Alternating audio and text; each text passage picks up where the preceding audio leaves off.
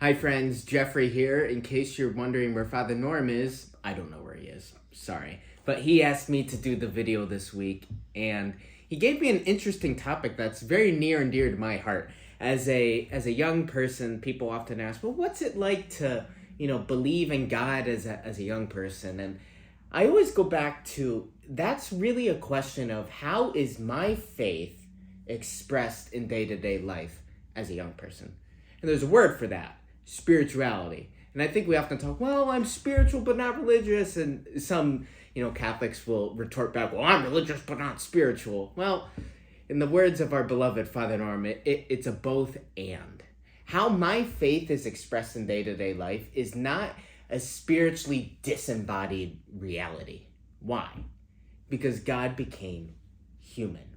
And I think for young people, often in my conversations with them, we're all over the place because the world is all over the place. You turn on the news, you see all these awful things happening, not just here in this country or even in our state and in our city, but all across the world. We see the reality of poverty, of violence, of natural disasters.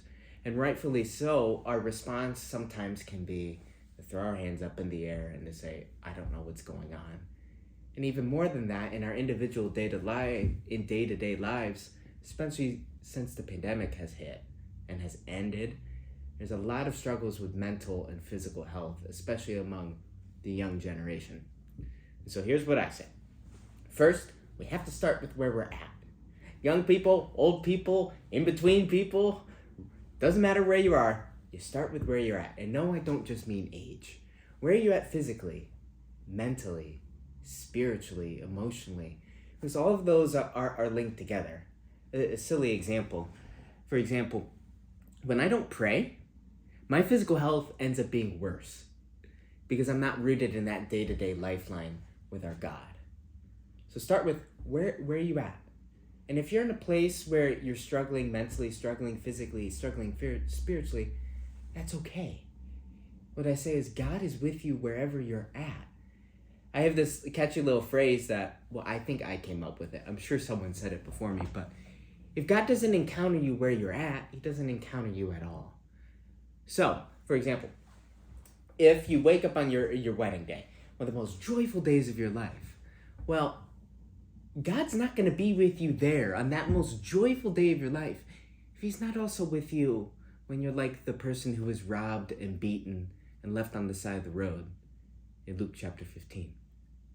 And God's with us every step of the way, even in the mundane. I spent all day today making flyers online.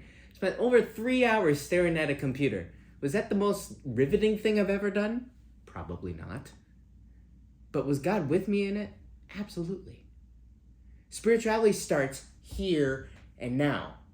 I think a temptation for me is to get so caught up in, oh my gosh, I said this, I did this in the past, I'm not worthy of love. Or to get so caught up in, oh my gosh, I'm going to be ordained a priest in, God willing, 2 years. I got to plan for that. Or, oh, I'm not worthy in the future. No, we live in the here and now. And where our spirit is expressed is today. For people, young people who are discerning marriage, I say, love now like you would want to love on your wedding day. For young men discerning priesthood, love now like you would want to wake up on your ordination day. Because the Lord encounters us, loves us, moves us into being today. And that means we got to take care of ourselves physically. Exercise, get out, go for a walk. It's a gorgeous day today. Spiritually, pray. Best piece of advice I ever received from a religious mentor. He's like, start with 20 seconds of prayer a day. If you don't have 20 seconds in your day, you're too busy. And he's right. If you don't have 20 seconds in your day to pray to the Creator God, you're probably too busy. Start with 20 seconds and start with where your heart's at. Share your heart-to-heart conversation. That God who moved us into being.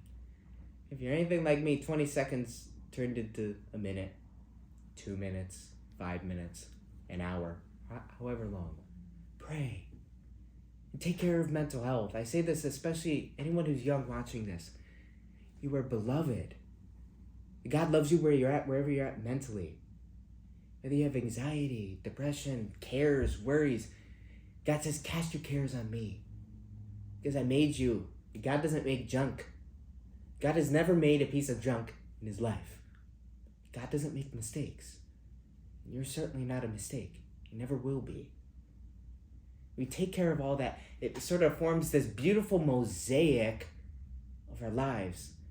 What's it say? What are mosaics? Mosaics, if you look really closely, they're broken, almost shattered little pieces. And if you only look at one piece, you miss the greater picture. Yes, our human lives are broken. I have brokenness. You have brokenness. We have sin. We've said and done things, or things have happened to us that are bad. And if we get so laser focused on one little thing, we miss the greater picture. We miss the picture of God's love, that God is writing a love story through you, through me. And it might be, if you're anything like me, you're like, that sounds messy. Well, life's messy. And what God desires to do in and through us is to love us, and for us to love one another, to keep painting that grand picture of love, of encounter, of accompaniment. And so is spirituality removed from religion? No. Is religion moved from spirituality? No. We start today. How are we a pen, a brush, a pencil, whatever image you want to use, in God's grand story of love, God's plan of love? Love today like you would want to love on your wedding day, on your ordination day, on your profession of religious vows, or however you want to love. Start today. Start with encounter. The rest will come. I promise you. Because what's Jesus' promise? I'm with you, no matter where you go. Carry that in your heart this week. Father Norm will be back next week, but know of my prayers for you, and please, in your kindness, offer a prayer for me. God bless you.